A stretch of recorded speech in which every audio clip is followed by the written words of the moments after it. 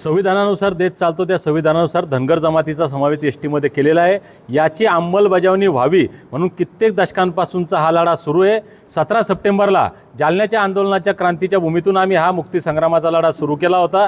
16 दिवस आमरण उपोषण केलं, पण सरकारला त्या ठिकाणी काही फरक पडला नाही। माझ्या प्रकृतीला फरक पडल्यामुळे आंदोलन काही काळासाठी स्थगित केलं होतं। असं वाटलं होतं की सरकार काहीतरी तोडगा काढेल, परंतु सरकारच्या वतीनं काही या ठिकाणी चर्चा झाली नाही। म्हणून 21 जानेवारीला मुंबईच्या आझाद मैदानात जाणार असं आम्ही आवाहन समाजाला केलं होतं आणि सरकारला सुद्धा सांगितलं होतं।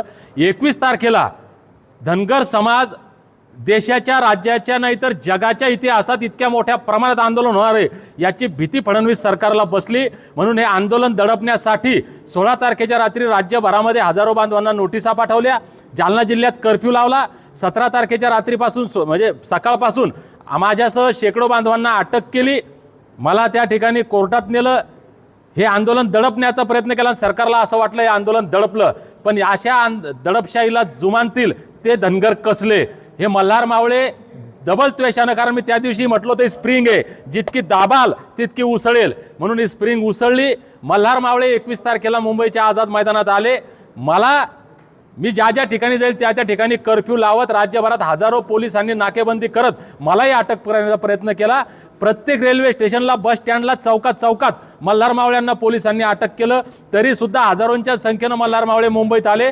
हजारोंच्या संख्येनं मल्हार मावळ्यांना अटक करून मुंबईच्या वेगवेगळ्या पोलीस स्टेशनमध्ये नेलं। तिथं जागा मिळाली नाही, तरी हजारो मल्हार मावळे आझाद मैदानात आले। मी सुद्धा पोहोचलो। आम्ही काहीही करू शकतो, आम्हाला दाबण्याचा प्रयत्न करू नका हे सांगण्यासाठी या सरकारच्या दडपशाहीला झुगारत आझाद मैदानात गेलो।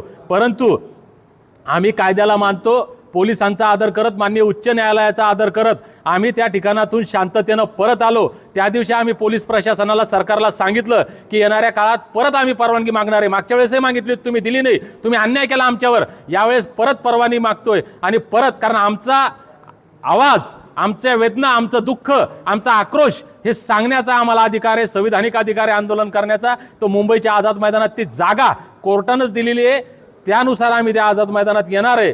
ती तारीख ठरवण्यासाठी, ते नियोजन ठरवण्यासाठी आज शिर्डीमध्ये बैठक पार पडली। सर्व समाजाच्या भावना आहेत की 10वी 12वीच्या परीक्षा झाल्या पाहिजे। आपला समाज हा शेतीशी निगडीत आहे, शेतीचे कामं चालू आहेत।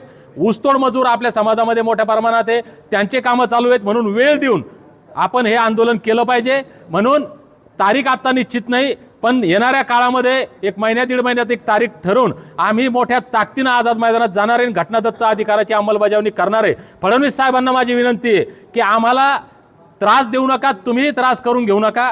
धनगरांनी तुम्हाला मतं दिले, त्या उपकाराची जाणीव ठेवा। तुम्ही सांगितलं होतं आमचं सरकार आलं तर पहिल्या कॅबिनेटमध्ये देऊ। धनगरांनी तुमचं सरकार बनवलं, पण गेल्या 11-12 वर्षामध्ये तुम्ही धनगरांना फसवण्याचं काम केलंय। आता ही फसवणूक थांबवा, आमच्या लेकरा बाळांचं कल्याण करा, आम्हाला मुंबईत येण्याची वेळ येऊ देऊ नका। प्रमुख मागणी काय आहे? आमची एकच मागणी आहे, ज्या 47 जमातींची लिस्ट आहे एसटीची, त्या 36 नंबरला आम्ही आहोत। बाबासाहेबांनी दिलेलं अमृतरूपी आरक्षण ते तुम्ही कैद केलंय, ते मुक्त करा। जे वचन फडणवीस साहेबांनी बारामतीमध्ये दिलं होतं लाखो धनगरांसमोर, ते पाळा। जे वचन देशाचे पंतप्रधान नरेंद्र मोदी साहेबांनी पंढरपूरमध्ये लाखो समाज बांधवांसमोर दिलं होतं, ते वचन पाळा। धनगरांच्या उपकाराची जाणीव ठेवत एसटी आरक्षणाची अंमलबजावणी धनगरांना करून आमच्या लेकरबाळांचं कल्याण करा। या आंदोलनात इतर धनगर नेत्यांनी देखील यासाठी काय आव्हान तुम्ही करणार? निश्चितपणे ही लढाई एकट्याची, कुणाचीही नाही।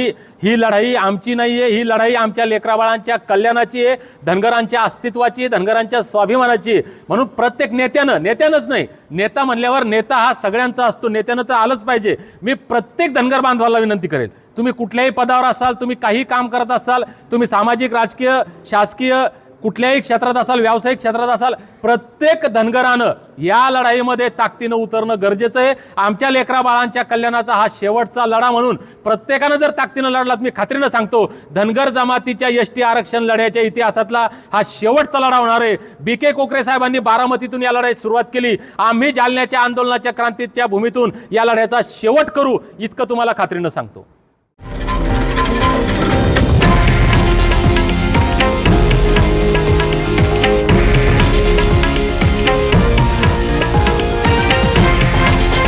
हे आहे देशातील नंबर 1 न्यूज नेटवर्क आणि आपण पाहत आहात TV9 मराठी, एकमेव।